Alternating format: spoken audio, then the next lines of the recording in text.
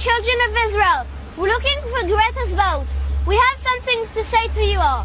Are you with me, guys? Yes! We're coming to get you.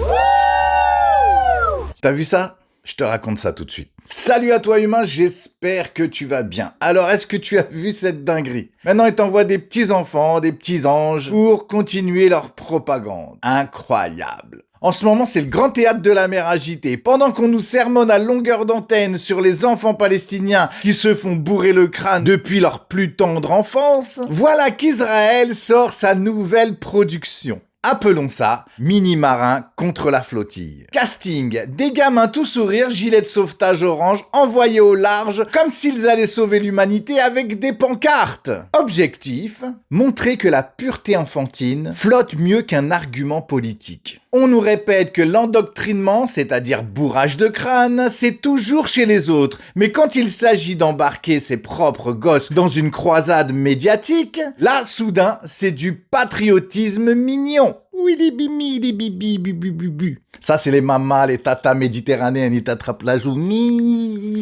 T'avais mal, t'en avais marre. Mais on va décortiquer cette vidéo ensemble. Attention, je mets une petite parenthèse, je sors du sketch juste pour dire que je ne me moque en aucun cas de l'enfant parce que je sais qu'il est victime de l'opération, mais bien des adultes qui ont préparé cette comédie. J'ai appelé cette traduction « La vérité sort de la bouche des enfants » ou « Comment transformer un gamin en téléprompteur humain ».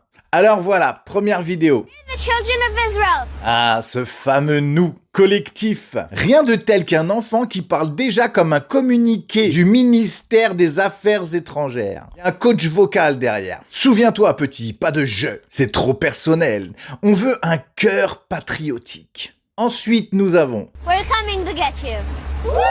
Hollywood n'aurait pas écrit mieux. On s'attend à voir apparaître un générique façon blockbuster, tu sais. La prochaine étape, explosion au ralenti et guitare électrique.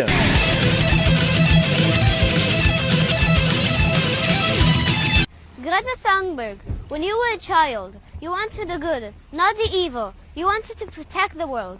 How come you suddenly became a supporter of terror? La punchline calibrée. À 10 ans, j'avais du mal à réciter ma poésie. Lui balance une accusation géopolitique à la virgule près. Bravo aux auteurs, vous tenez un futur prix de la meilleure réplique apprise par cœur.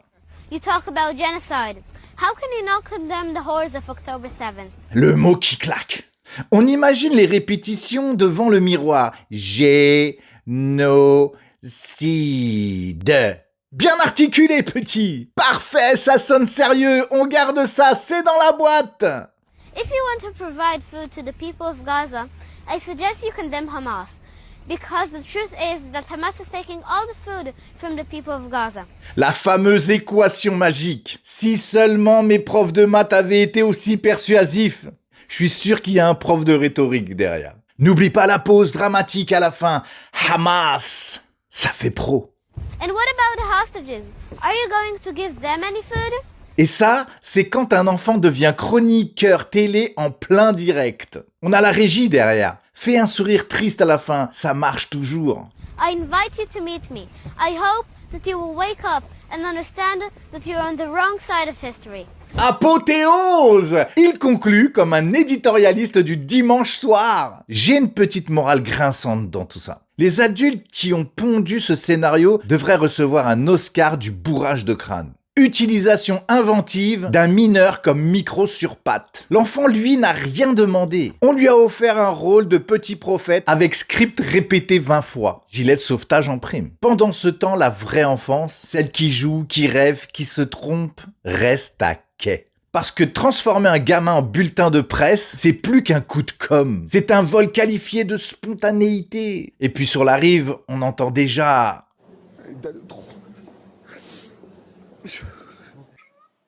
C'est victime pour rien, pour rien.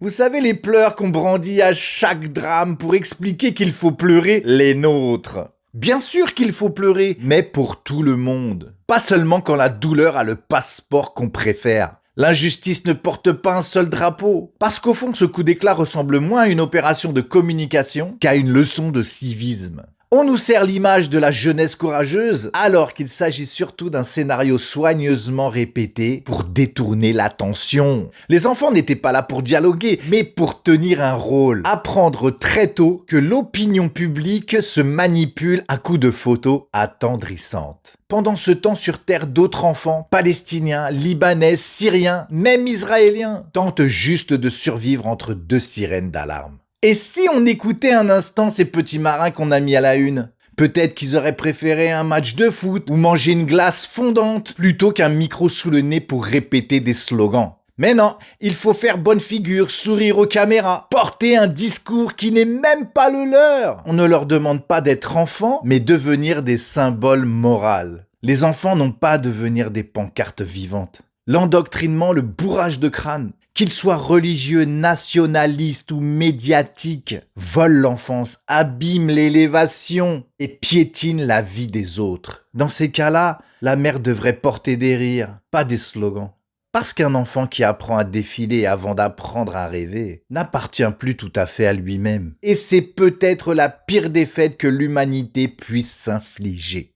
Voilà les amis, j'espère que cette vidéo vous a plu. Partagez-la en masse s'il vous plaît. Abonnez-vous si ce n'est pas déjà fait. Un petit like, un petit commentaire. Je vous embrasse très fort et je vous dis à très bientôt. Ciao. Est-ce que tu te rappelles la dernière fois qu'on t'a fait du bourrage de crâne? Moi je m'en rappelle. Et toi?